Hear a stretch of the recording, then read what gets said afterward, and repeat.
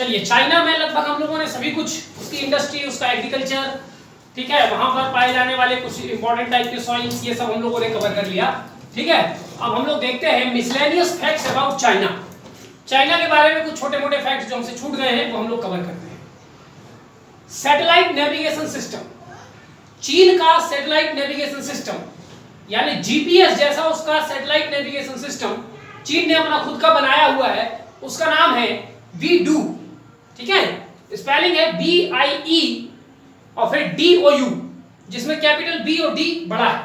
ठीक है, इसको कभी कभी BDS भी कह दिया जाता है, यानी वीडू सिस्टम, BDS। ठीक है, जैसे भारत का नाविक है, गगन है, अमेरिका का जीपीएस है, अमेरिका का ग्लोनास है, ठीक है, यूरोप के देशों का गैलीलियो है, उसी प्रकार चाइना का अपना खुद का नेविगेशन सिस्टम है। ठीक है, वो जीपीएस जैसा, उसका नाम है वीडू। ठीक, और जो है इसमें 35 सैटेलाइट का बंच है। ठीक, चलिए, इसके पहले भी हम लोग पढ़ चुके हैं। सैटेलाइट या मिसाइल या रॉकेट लॉन्चिंग या टेस्टिंग सेंटर, जैसे भारत में रॉकेट छोड़ने के लिए श्रीहरिकोटा, मिसाइल छोड़ने के लिए हमारा जो है व्हीलर आइलैंड, जो अब्दुल कलाम आइलैंड हो गया है, उसी प्रकार से चाइना में 3 इंपॉर्टेंट जगह हैं जहां से चीन अपना सैटेलाइट छोड़ता है, उनका परीक्षण करता है, मिसाइल का परीक्षण करता है, रॉकेट लॉन्च करता है। ठीक है, वो 3 जगह कौन कौन से हैं? पहला है सिचांग। ये जो सिचांग जगह है ये सिचुआन प्रोविंस में है, और मैं आपको पॉलिटिकल मैप भेज चुका हूं तो आप वहां पर देख लीजिएगा, सिचुआन प्रोविंस में ये है। ठीक है, दूसरा है ताइयुआन, ये ताइयुआन सांसी प्रोविंस में है, और तीसरा है जिकुआन जो कि इनर मंगोलिया में है। ये 3 इंपॉर्टेंट सेंटर है, आपको याद रखना। इनमें से सबसे इंपॉर्टेंट सेंटर है ताइयुआन। ठीक है, चलिए, सर्च इंजन, चीन अमेरिका द्वारा बनाया हुआ सर्च इंजन यूज नहीं करता, गूगल और ये याहू ये सब वहां नहीं चलती। ठीक है, चीन का अपना खुद का बनाया हुआ जो है सर्च इंजन है, अपना खुद का ब्राउजर है, अपना खुद का वहां पर सोशल मीडिया एप्स हैं, तो उन चीजों के बारे में थोड़ा समझते हैं। तो चाइना के जो सर्च इंजन है यूसी ब्राउजर बहुत फेमस है। ठीक है, ज्यादातर मोबाइल में लोग यूज करते हैं इसका, ये मोबाइल का है। ठीक है, सर्च इंजन ये उसमें नहीं चलता, कंप्यूटर वगैरह में। और कंप्यूटर के क्षेत्र में सबसे बड़ा सर्च इंजन हमारे लिए जो गूगल की तरह है वो है बाइडू। यहां है ये बीडू, बीडू अलग चीज है और बाइडू अलग चीज है, दोनों में अंतर ध्यान रखना। ठीक है, और दूसरे नंबर का बड़ा महत्वपूर्ण है सेनमा, फिर है वीचैट, फिर है सोगो। ठीक है, एटसेट्रा, और भी बहुत है, लेकिन सबसे मोस्ट फेमस है बाइडू, दूसरे नंबर पे सेनमा, तीसरे नंबर पे वीचैट। ठीक है, और फिर ये यूसी ब्राउजर और सोगो ये मोबाइल में जो है फंक्शन करते हैं। Social media apps, social media जैसे हम लोग व्हाट्सएप यूज करते हैं, फेसबुक यूज करते हैं, इंस्टाग्राम यूज करते हैं, वहां पर कुछ नहीं चलता। ठीक है ना, ट्विटर चलता है, कुछ भी नहीं चलता, उनके खुद के अपने हैं। वहां फेसबुक की तरह काम करने वाला सिस्टम है रेन। ठीक है, व्हाट्सएप की तरह काम करने वाला सिस्टम है वीवो, वो VIVO वाला नहीं, WEIVO। ठीक है, QQ ये भी व्हाट्सएप की तरह चैट करने वाला सिस्टम है। UQ ये जो यूकू है ये यूट्यूब की तरह काम करने वाला वीडियो शेयरिंग ऐप है। ठीक है, एटसेट्रा। तो ये 4 बड़े फेमस हैं। ठीक है, जिसमें से आप मान सकते हैं कि ये वहां का फेसबुक है, ये वहां का व्हाट्सएप है, ये वहां का ट्विटर है, और ये वहां का यूट्यूब है। ये खुद उन्होंने अपना बनाया हुआ है, और इस पर पूरी तरीके से सरकारी नियंत्रण होती है। आप सरकार के खिलाफ इनमें कुछ भी लिखेंगे तो वो तुरंत आपको पकड़ लेंगे, अरेस्ट कर लेंगे और जेल में डाल देंगे। ठीक है, महत्वपूर्ण कुछ मिसाइल्स देखते हैं। तो जब मैं मिसाइल टॉपिक पढ़ा रहा था वहां भी मैं आपको बता दिया था, यहां भी जानकारी के लिए मैं एक छोटा सा हम लोग बता देते हैं।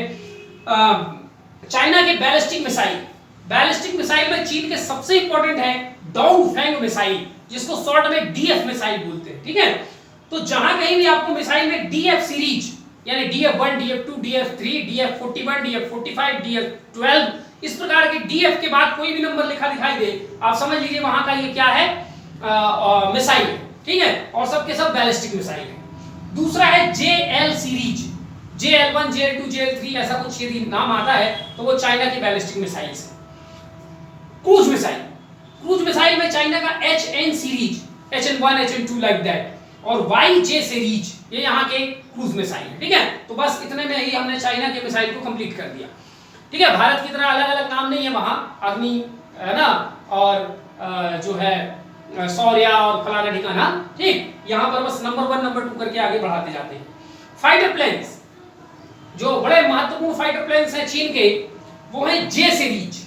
खास करके इस समय जो J-20 है, मोस्ट एडवांस वहां का फाइटर प्लेन माना जाता है। ठीक है, जो हमारे इंडिया के राफेल के इक्विवेलेंट माना जाता है, 5th जनरेशन का मॉडर्न एयरक्राफ्ट जे सीरीज। तो जे सीरीज में J1, J2, J3, J12, J15, J16, J20 like that, Chengdu.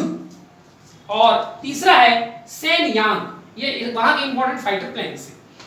Famous personality of China, चीन के बड़े प्रसिद्ध व्यक्ति, ठीक है, जो कहीं हमें सुनने को मिलते हैं। ब्रूस ली वास्तव में चीन का था, फिर वो अमेरिका में जाके बस गया। ठीक है, ब्रूस ली मार्शल आर्ट का स्पेशलिस्ट। कन्फ्यूशियस, कन्फ्यूशियस वहां के एक दार्शनिक थे, फिलोसफर थे। ठीक है, जो स्थान यूरोप में, यूरोप के देशों में प्लेटो एरिस्टोटल का है, वही स्थान चाइना में कन्फ्यूशियस का है। ठीक है, और कन्फ्यूशियस की फिलॉसफी को कन्फ्यूशियज्म बोला जाता है। ठीक है, और इसको काफी मानते हैं चीन के लोग। Chiang Kai Shek, Chiang Kai Shek वहां पर 1987 में प्रेसिडेंट रह चुके हैं चीन के, बहुत फेमस पर्सनालिटी हुए। जेट ली फिल्म एक्टर है। जैक मा अलीबाबा नामक ई कॉमर्स का फाउंडर है।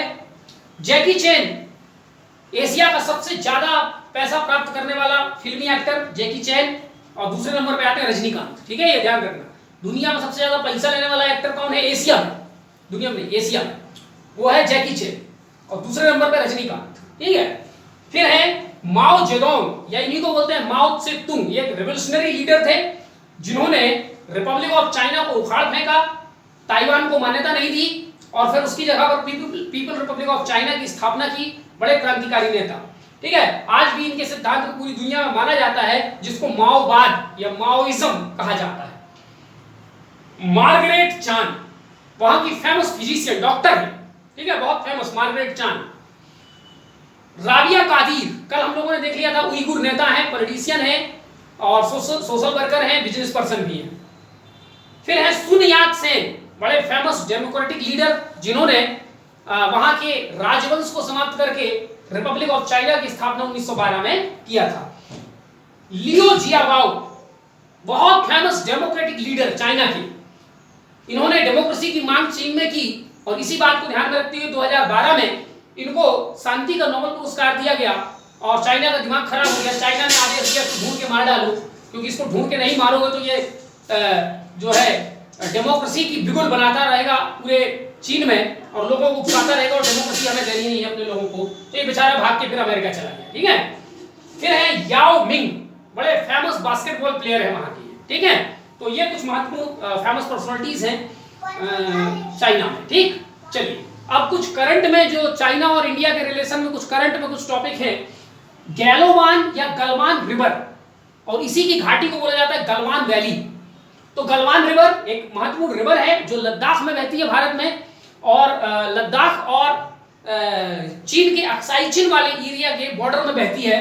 काराकोरम माउंटेन से ये नदी निकलती है, श्योक नदी में जाकर के मिल जाती है, माने श्योक की सहायक नदी है ये, और श्योक खुद अपने आप में सिंधु की सहायक नदी है। तो Shyok is tributary of Indus and Galwan river is tributary of Shyok river. ठीक है, लेंथ 80 किलोमीटर, एरिया कहां बहती है ये, अक्साई चीन एंड लद्दाख, चाइना का अक्साई चीन वाला क्षेत्र, हालांकि वो भारत का ही है, और इधर भारत के लद्दाख एरिया में ये बहती है।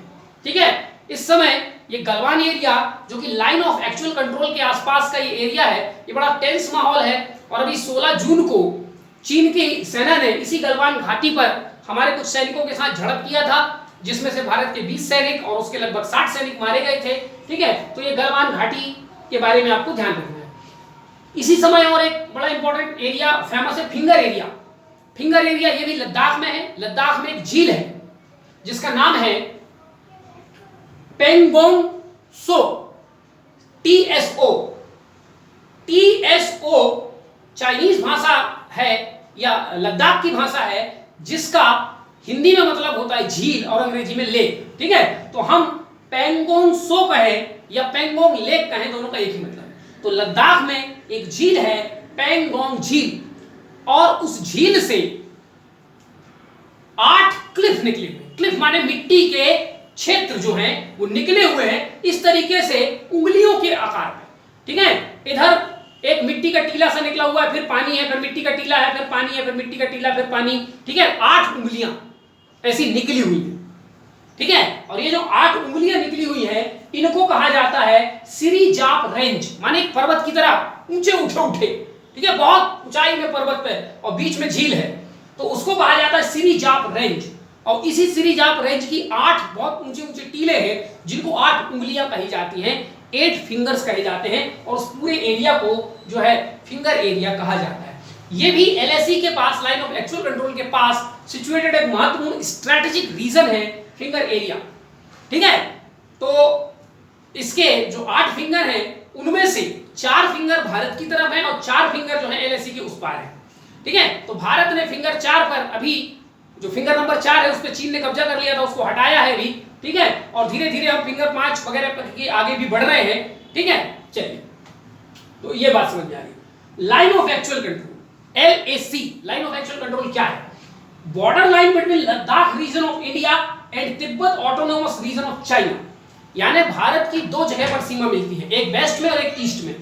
ईस्ट में हमारी जो सीमा मिलती है अरुणाचल प्रदेश के साथ, जिसको हम कहते हैं मैकमोहन लाइन, और वेस्ट में हमारी जो सीमा जम्मू कश्मीर या लद्दाख के एरिया के साथ में मिलती है उसको हम कहते हैं एलएसी, ठीक है।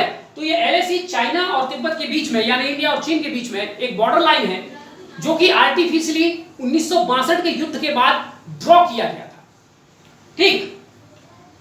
Reason of China drawn after Sino India war 1962, जिसको 1962 के युद्ध के बाद भारत और चीन ने मिलकर के बनाया था। It is actually a cease fire line. Reality ये है कि ये कोई बॉर्डर लाइन नहीं है बल्कि सीज फायर लाइन है। अर्थात 1962 में जब चीन ने एक तरफा युद्ध विराम की घोषणा की भारत के साथ, यूनिलैटरली सीज फायर डिक्लेयर किया, तो उसने कहा कि हमारी सेना भारत में जिस एरिया तक घुस गई थी वो एरिया हमारा है और उसके उस पार का एरिया भारत का है। तो बीच में वो लाइन खींची गई, उसी लाइन को हम सीज फायर लाइन कहते हैं। माने अब इस लाइन के आगे बढ़कर के हम भारत पर हमला नहीं करेंगे और ना भारत के लोग इधर बढ़कर के चीन पे हमला करेंगे, तो उसको बोलते हैं युद्ध विराम रेखा, जहां पर जिस जगह पर युद्ध को रोक दी गई, ठीक है।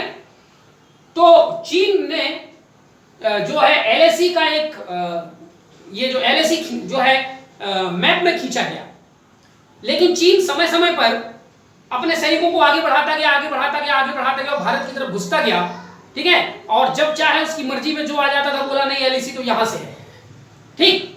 तो चीन ने इस एलएसी को नहीं माना, हालांकि it got legal recognition in agreements made by 2 countries in 1993 and 1996।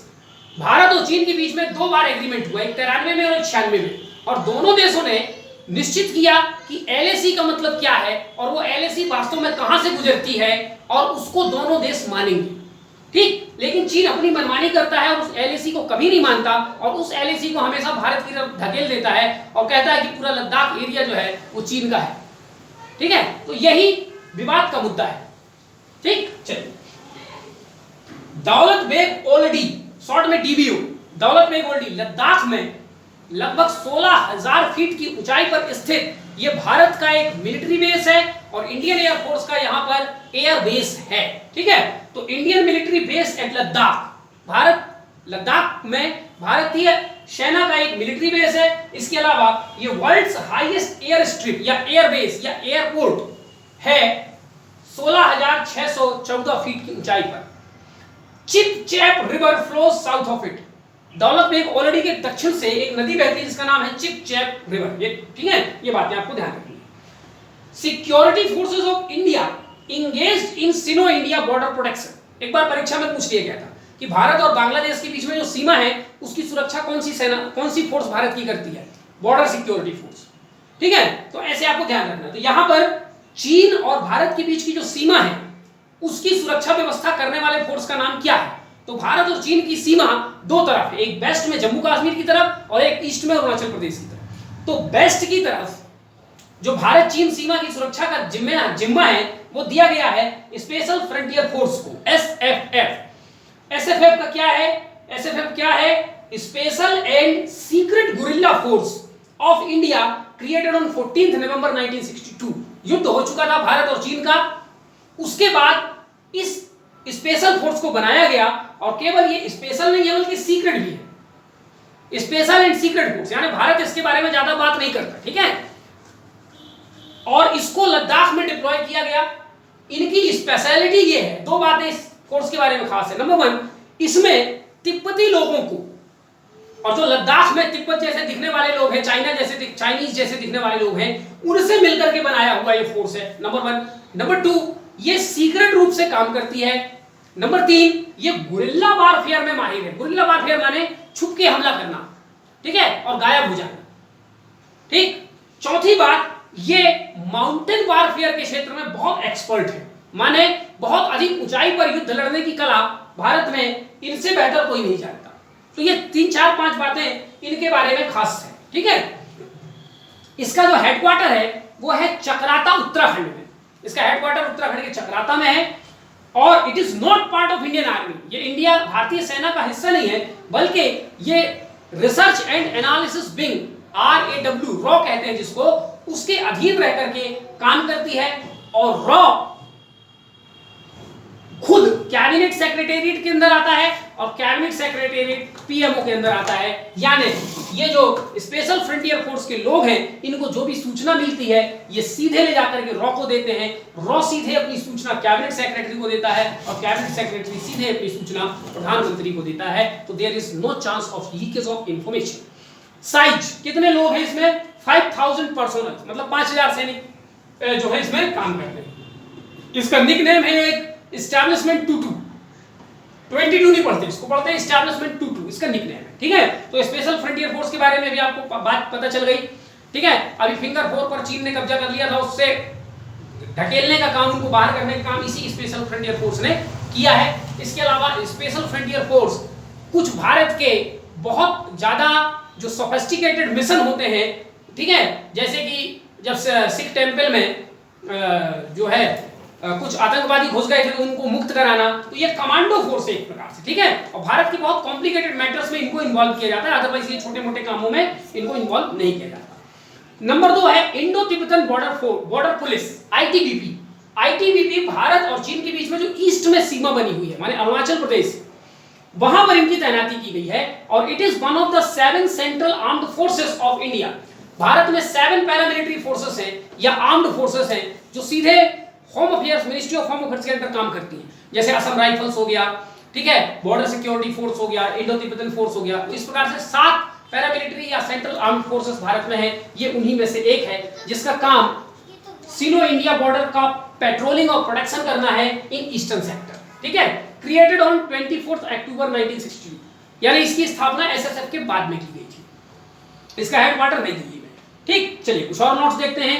The forbidden city, a palace complex at Beijing with 9000 room. Forbidden city क्या है? एक बहुत बड़ा महल है जो बीजिंग में लोकेटेड है, जिसमें 9000 कमरे हैं, ठीक।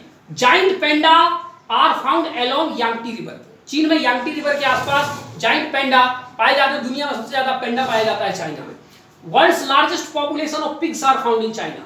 चाइना में सूअरों की संख्या सबसे ज्यादा पाई जाती है।